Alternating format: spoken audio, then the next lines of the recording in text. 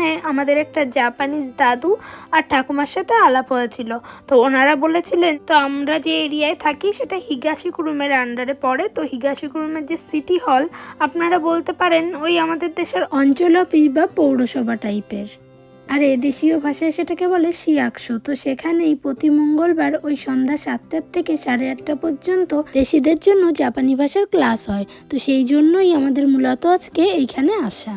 তার বিনিময়ে তারা অতি স্বল্প মূল্য চার্জ করে, ওই মাসে মাসে 300 ইয়েন। আর তারা আপনাকে আপনার লেভেল বুঝে একটা বই সাজেস্ট করবে, আর সেটার যত দাম সেই দামটা দিয়ে আপনাকে সেই বইটা তাদের থেকে কিনে নিতে হবে। তো হ্যাঁ, আমি তো একদমই জাপানিজ ভাষা পারি না, মেনলি আমার জন্যই এখানে আসা। আর এই জাপানিজ ভাষার না বিভিন্ন লেভেল আছে, আর তার থেকে সবচেয়ে যে নিচু লেভেল সেটা হলো N5। আর আমি সেই N5টাও ঠিক মতো পারি না। তো সেই জন্য আমাকে এখানে N5 লেভেলেরই ভাষা শেখাবে।